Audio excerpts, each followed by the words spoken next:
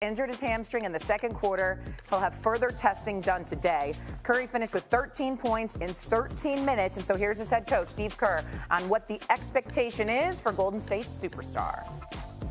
I talked to him at halftime. You know, he's obviously crushed, but, you know, the guys picked him up and played a great game. And obviously we're all, you know, concerned about Steph, but it's part of the game. Any team with me on it, I think has a chance, and I know that any team with Steph on it does have a chance. And my guys believe it too. They work so hard at their craft every single day.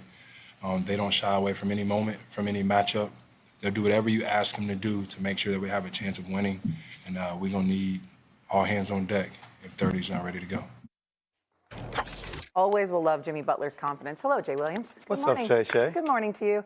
I'm going to start with Doggy here, though. Jimmy Butler was very good yesterday. Doggy. Hello there, Jay.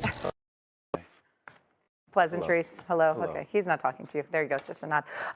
Jimmy Butler was really good yesterday. He was 2 assists shy of a triple-double. Great. But can Jimmy Butler carry this Golden State team now if Steph isn't good to go? He's probably at least going to miss the next game, but talk about the rest of the series later. What do you think, Mad Dog? No, I do not. And I thought that Minnesota, I would have picked them before this series. They were a huge favorite.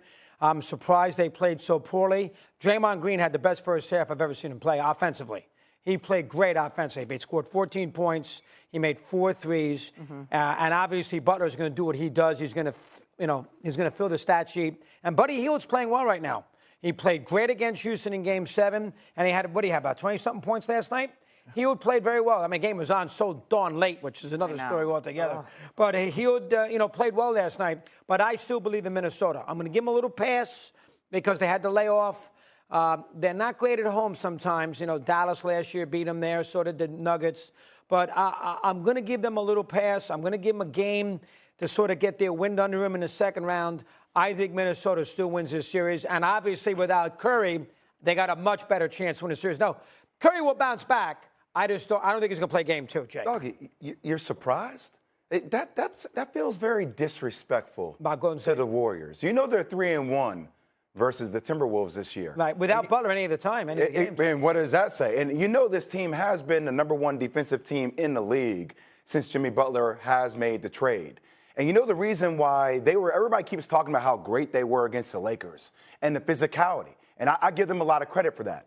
But when I know that the Lakers play ISO basketball and the Lakers also play more of a containment defense, the thing that makes Warriors basketball really good now is the fact they actually put pressure on the perimeter. Guys like Ant Edwards tried to force the gap multiple times last night and couldn't find his rhythm. So look, I think a lot is dependent upon when Steph is able to come back. We'll learn if that's a grade 1 sprain. If that is, that could be 1 to 2 weeks.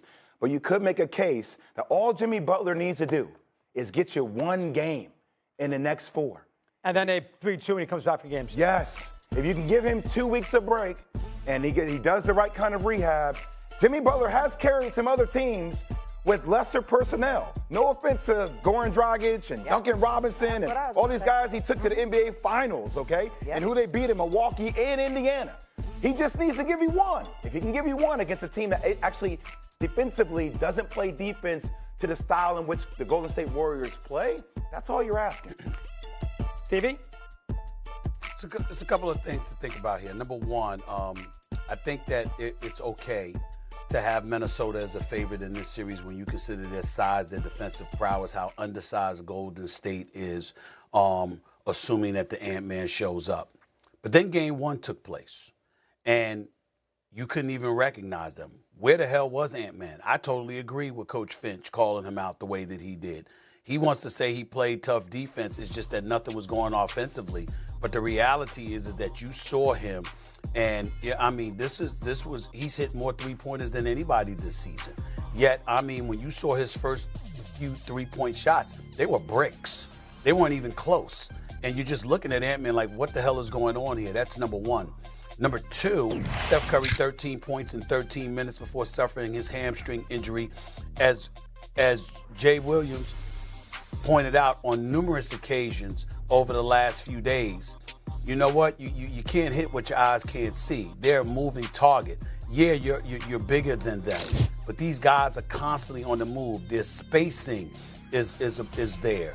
They move without the basketball. They can hurt you from the perimeter with Steph, with a Buddy Hield, with a Jimmy Butler. And then you turn around and you've got a Buddy Hield looking like the second coming of Klay Thompson, and you got Draymond Green hitting 4 threes in the first half. I couldn't believe what I saw him doing. And I've often said this, Jay Will, that if you remember when years ago when Draymond got suspended for the Game 5 when Adam Silver in the NBA gave LeBron James that stimulus package, basically suspending Draymond and ultimately Bogut and Andre Iguodala get hurt in the Game 5, and then they come back from a 3-1 deficit and they win the series in 7 games. Remember that Game 7 was when Draymond had about 30 or so because he was hitting threes from all over the place.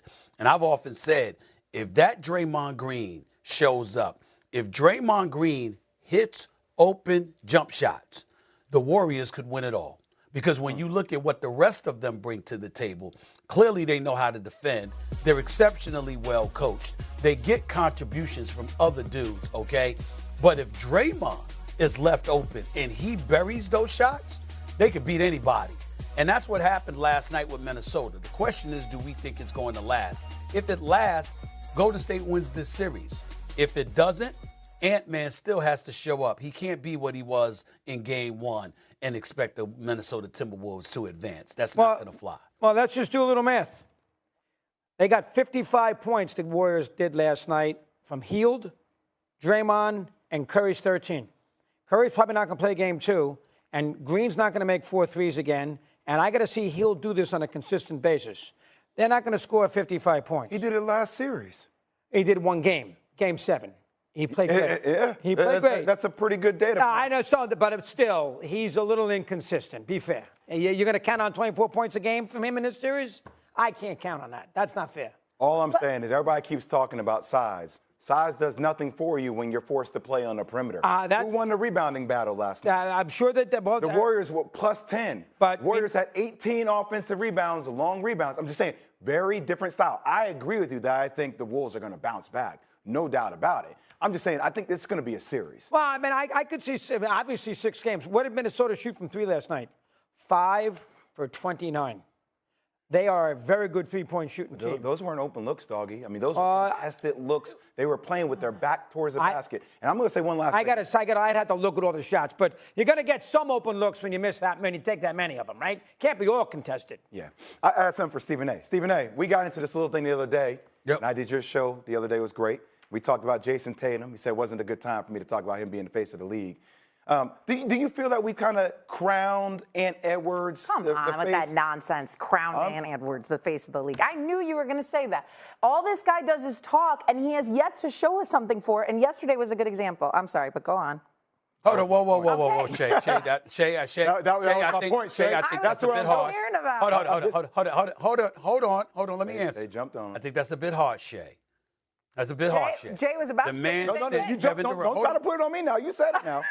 You said it. You jumped on. I just want to see him be about it, not talk about it. There's a slight delay here. I'm in the mountains. You know, that's why I got in this turtleneck. It's cold here, okay? I mean, it's a slight delay. Work with me, y'all. So let's look at this. Ant-Man has sent home Kevin Durant and Devin Booker and Bradley Beal via a sweep. And Brown was he like sent 40, home man. Jokic and Jamal Murray in a Game 7 on their home turf. And then he turns around this year and sends home Luka and LeBron in 5 games. I'm not saying that we should be satisfied with what we saw last night because we expected more from him. But let's not act like this man doesn't have the potential to be the face of the league, that he hasn't done some big things already. Now, I'm disappointed in what I saw from Ant-Man last night. You know why I'm disappointed? Because my expectations were higher. And my expectations were higher because I've seen him deliver. It's not like he's never delivered. This isn't some James Harden that appears allergic to Game 7s or the Game 5, 6, or the Game 5 and 7s or whatever, 6s or whatever you want to pick. It depends on the season with James Harden, okay? This is Ant-Man that we're talking about here. He has delivered,